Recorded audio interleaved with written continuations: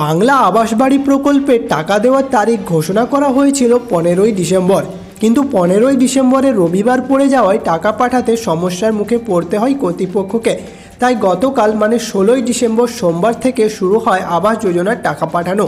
মাননীয় মুখ্যমন্ত্রী মমতা বন্দ্যোপাধ্যায় নিজের হাতে টাকা তুলে দিয়েছেন বহু উপভোক্তার হাতে।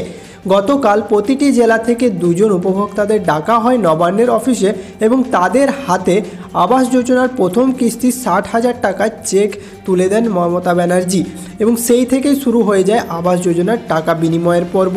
এবং সেখানে এটাও ঘোষণা করা হয় আবাস যোজনার টাকা আবাস যোজনার কর্তৃপক্ষের কাছে চলে এসেছে এবং খুব শীঘ্রই তারা প্রতিটি উপভোক্তার ব্যাঙ্ক অ্যাকাউন্টে সেই টাকা পাঠাতে চলেছেন।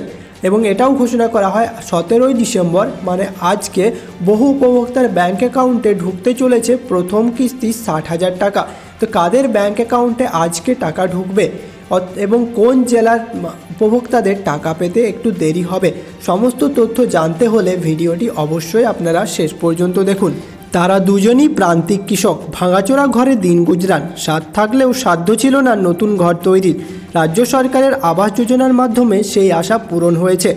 আবাসের চূড়ান্ত তালিকায় নাম উঠেছে, তবে সেই ঘরের টাকা যে রাজ্যের মুখ্যমন্ত্রীর হাত থেকে নেবেন তা স্বপ্নেও ভাবেননি দুজন। সোমবার সে স্বপ্ন পূরণ হতে চলেছে মাথাভাঙার পতনেশ্বর বর্মন এবং গোবিন্দ রায়ের। কোচবিহার জেলার মাথাভাঙা 2 ব্লকের আঙ্গারকাটা পাড়াডুবি গ্রাম পঞ্চায়েত এলাকায় বাড়ি 50 পেরোনো 2 পৌর পতনেশ্বর এবং গোবিন্দের।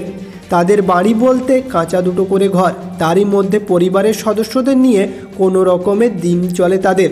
দুজনেরই আবাস যোজনা প্রাপকের তালিকায় নাম উঠেছিল 3 বছর আগে, তবে রাজনীতির কচকচানিতে এতদিন সেই প্রকল্প আটকে থাকায় আর ঘর পাবেন না বলেই ধরেই নিয়েছিলেন গোবিন্দরা।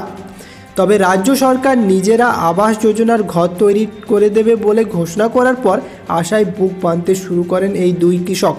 নতুন তালিকাতেও দুজনের নাম ওঠে।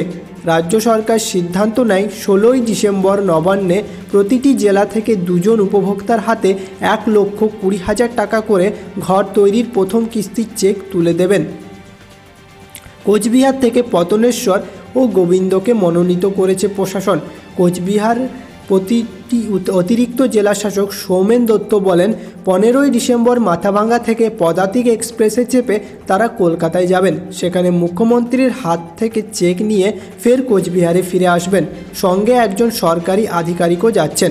এদিকে ঘর প্রাপক গোবিন্দ এই প্রথম কলকাতায় যাচ্ছেন। আর শুধু কলকাতায় প্রথম যাওয়াই নয়, মুখ্যমন্ত্রীর হাত থেকে চেক নেবেন। এটা ভাবতেই উত্তেজনায় 2 চোখের পাতা এক করতে পারছেন না। তিনি বলেন, বহুদিনের শখ ছিল কলকাতায় যাব, সেটা পূরণ হচ্ছে।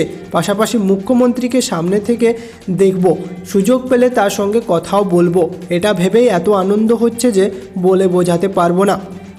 পতনেশ্বর রায় অবশ্য কলকাতায় আগে গিয়েছেন, তবে এই প্রথম মুখ্যমন্ত্রীকে সামনে থেকে দেখবেন, সুযোগ থাকলে কথাও বলবেন।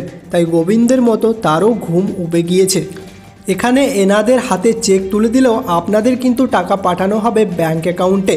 আপনারা কখন টাকা পাবেন সেটা নিয়ে আপনারা চিন্তায় পড়েছেন। দেখুন, যাদের নাম যোগ্য তালিকায় রয়েছে তারা সকলেই টাকা পাবেন বলে ঘোষণা করা হয়েছে।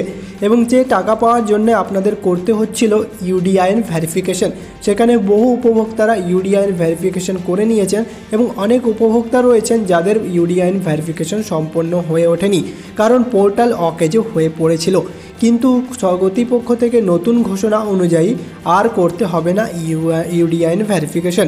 মানে ইউডিআইএন ভেরিফিকেশন যে ম্যান্ডেটরি বলা হচ্ছিল সেটা এখন আর ম্যান্ডেটরি নয়, কারণ কর্তৃপক্ষকেও অনেক সমস্যার সম্মুখীন হতে হয় ইউডিআইএন ভেরিফিকেশন করতে গিয়ে।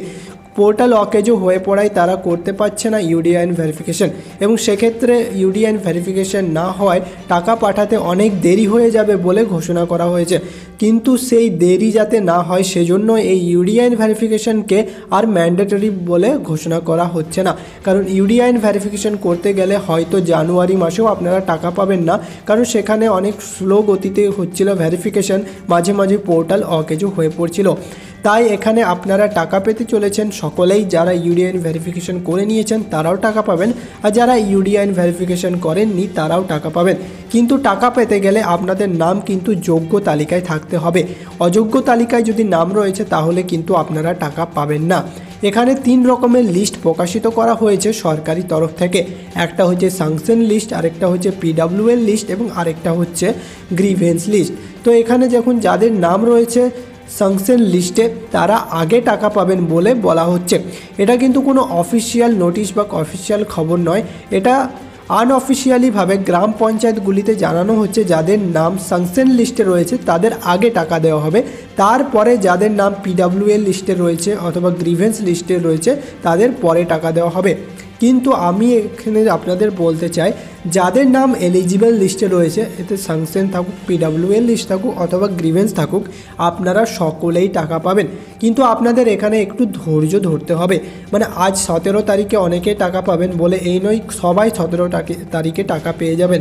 17 তারিখে অনেক উপভোক্তার ব্যাঙ্ক অ্যাকাউন্টে দুপুর দুটোই টাকা ঢুকতে চলেছে এবং 18 তারিখে অনেক ব্যাঙ্ক অ্যাকাউন্টে টাকা ঢুকতে চলেছে এবং এরপর 19, 20, 21, 22 থেকে 30শে ডিসেম্বর পর্যন্ত সকল উপভোক্তার ব্যাঙ্ক অ্যাকাউন্টে টাকা ঢুকে যাবে।